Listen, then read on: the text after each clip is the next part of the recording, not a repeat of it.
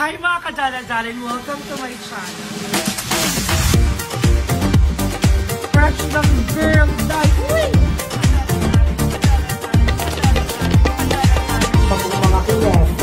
Mga kineso. Cooking show natin and thank you so much for watching this video. Charit. Mga darling. Hi guys! Welcome back to my channel. For today's video is a very special video dahil malalaman nyo na ako ang rason kung bakit sobrang tagal ko na dito sa Manila. Specifically, nandito ako ngayon sa Quezon City. So, sa Santa Mesa, Manila, nandun ako sa grandparents ko, sa lola at lola ko. And now, kung bakit ang tagal ko na dito sa Quezon City. So, eto na po ang dahilan. At nandito ako sa baba at nakikita nyo, ginabi na ako dahil inayos ko pa yung unit. Siyempre, bago ko ipakita sa inyo yan. And then, kararating lang ng mga ibang orders namin para i-set up doon. So, everything is good to go. So, ayan, I'm so excited na. So, kaya samahan nyo ako ngayon dahil i-condo tour ko kayo dito sa North Belton, Damanors Community or Damanors North Belton Community. Dito yan sa may Quezon City. So, itong condominium na to, ay ito yung condominium ng tita ko. So, ayan, pupuntahan ko na siya ngayon at i-condo tour na kayo. So, let's go! And so, ayun na mga kadala-daling sa atin. Dito na ako ngayon dito sa unit namin. Dito yan sa 5th floor, 5 and Isabela yung unit namin. So, tara, samahan nyo ako at i-condo tour ko na kayo. So, tara, let's go! So, ayun, nakapasok na. Ang bango, ang ganda. Nakakaloka. Parang tatanga-tanga. So, eto na yung unit namin. Dito yan sa may 5 and Isabela at you can see pa. Eto, i-burn ako dito kasi yung dati na upahan dito, binigita ng kung ano. At eto na, i-condo tour ko na kayo at unang ipapakita ko sa inyo ay ang kitchen. Look at the kitchen. Pakak, sobrang dami mong storage dito sa kitchen na to. So, ayan, ang dami mga ano dyan. Meron ka ng microwave. Meron ka ng, ano ta? Kung ano man to, at meron ka ng rice cooker, o may maarte ka pa, at naka-induction ka. Kasi sa mga condominium, hindi na pwede ata yung mga apoy yan. So, ayan, perfect. Di ba? Ang ganda. Bongga. So, kapag nangupahan ka na dito at binili mo na to, sa'yo na din to. Natural, among amin pa din. So, yun na nga. So, ayan, marami kang ilalagay dito sa loob. Yan, maarte. And then, ayan, lahat yan pwede mo lagyan. Tapos, ito ang pinaka-bongga actually. Ito ang isa sa pinaka-highlights ng condominium na to. Ay, yung kitchen niya. Kasi alam ko, ito sa isa sa pinaka-mahal na napagawa ni tita dito. At syempre, may ref ka na din. Marty ka pa. May ref ka na. So, ayan. Itong unit na to ay 42 square meters. And then, meron siyang 3 bedrooms and 2 bathroom.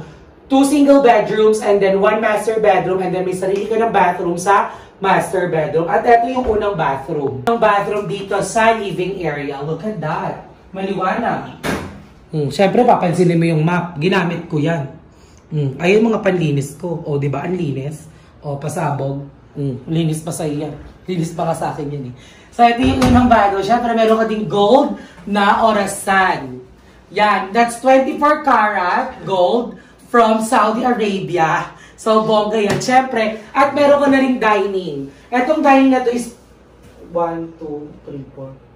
6 seaters to. Kung 6 man o 4, awang ko kung ano man, ilang seaters to. So, ayan. Dalawa lang yung nilagay ko. Siyempre, ako lang mag-isa dito. Alam mo, punuin ko yan. Sino kakain? Kakain ko. And then, eto pa. Oh my God. Eto isa sa pinaka-favorite ko talaga sa lahat. Look at that. Oh. Loco. The color blending is giving. Bongga ng color, di ba? So, syempre, ako din ang nag-isip ng mga kulay nito dahil, as you can see, yung sa kusina and then yung mga doors niya ay chocolate brown. So, I think this is chocolate brown. And then, kaya nag-ano ko ng dark for the curtain. So, look, di ba? May mga guhit-guhit and then isang plain sa gitna for the accent. And then, breaking the colors natin ay yung ating sofa. Kaya super light nung sofa talaga. Then, look, it's all complementing to your environment naman talaga. Ito hindi ko alam, matagal na yan nandyan. Hindi ko rin trip yan, makatanggalin ko yan. And then, ito, chandelier. O, tignan mo, abstract. Magulo, kasing gulo ng buhay ko. Charis. So, ito, nakapasok na tayo ngayon sa isang bedroom. Ito yung pwedeng, ito yung sa mga bagets. Kasi dalawang bedroom to. Ito yung isa, ito yung isa. Okay? Ulitin ko. Ito yung isa, ito yung isa. Okay, isa pa ulit. Ito yung isa, ito yung isa. So, ayun na yun. So, hindi ko bubuksan yung isa. Kasi yung isa, andyan yung pwede mo siyang gawing storage room, but still, bedroom siya. So, naayos ko na rin yan. Pero ito ang magiging model room natin. Etong isang master bed. Etong isang bedroom na to. Loko. Sige. Marty ka. Elevated. Elevated. And then, syempre, yung curtain natin, ayan pa din. Look at ito. Pak. At may aircon ka. So, kung gusto mo maging kasing fresh ko, rentahan mo na to para magkaroon ka ng aircon. Magbabad ka.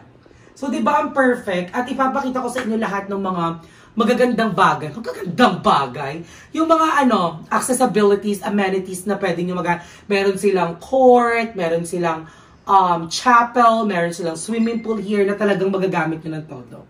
So, ito yung isang bedroom. So, let's go to the master bedroom. Wow!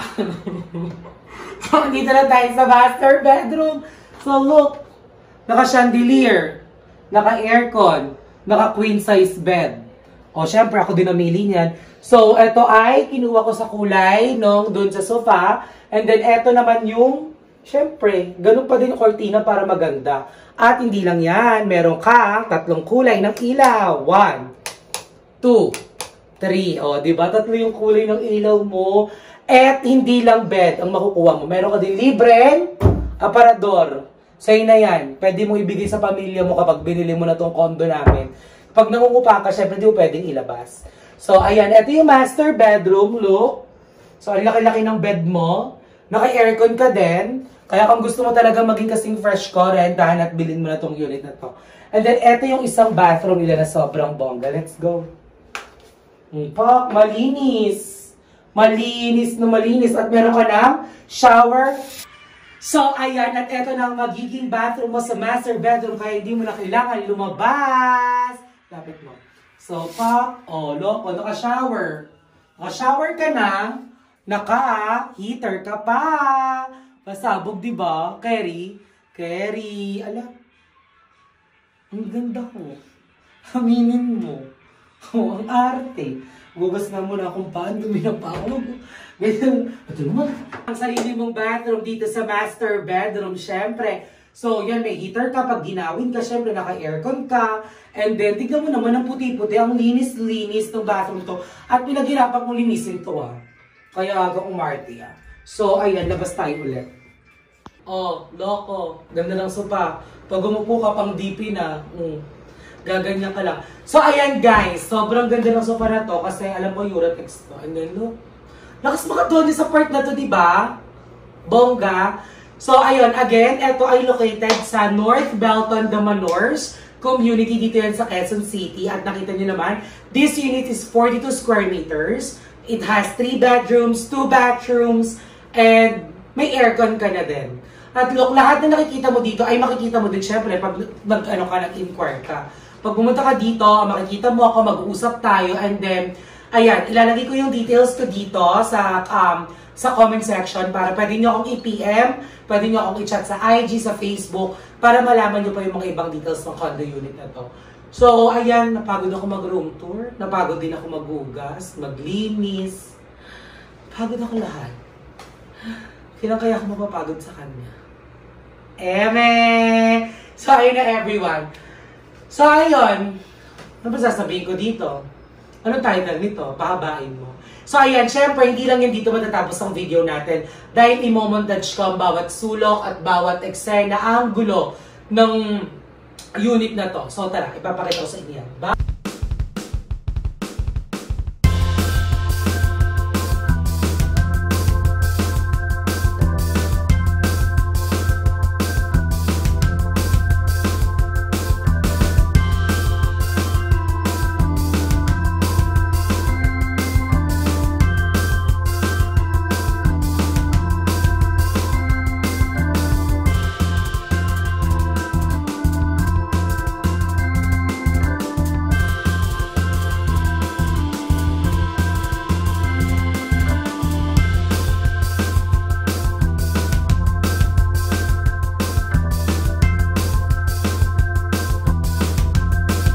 So, ayun, syempre kapag pagod ka na sa trabaho, anong gagawin mo? Uupo ka dito, ihiga ka, sobrang komportable. At guys, take note, bago to. Bagong order to, syempre. Pagtas ng video to, tatagalin ko lahat yan. Para itatabi ko ulit doon. So, etong bed na to ay bago. So, Sobrang komportable ng kama na to actually. Kasi dito ako natutulog sa master bedroom. Siyempre, para malawak yung space ko, para ganda-gandahan lang ako kasi andito yung malakas na aircon. So, bongga. Pero, one time, nasubukan kong matulog naman dun sa kabilang bedroom. Tara!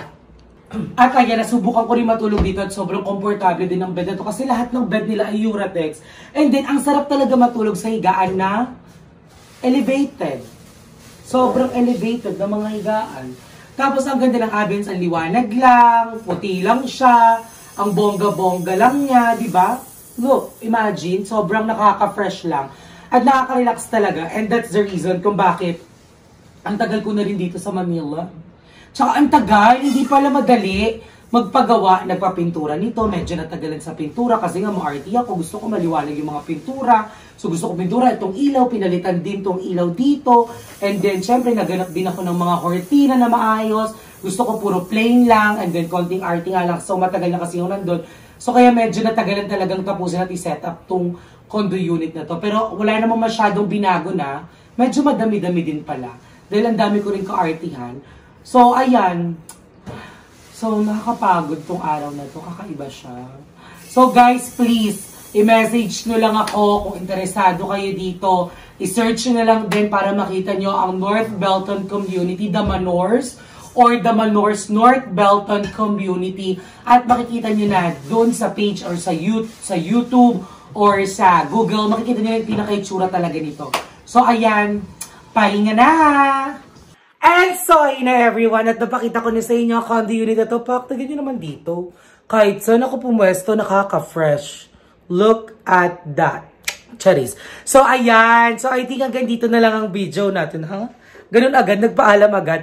So, ayan. I hope na nakita nyo na yan. At sana nagustuhan nyo tong video na to.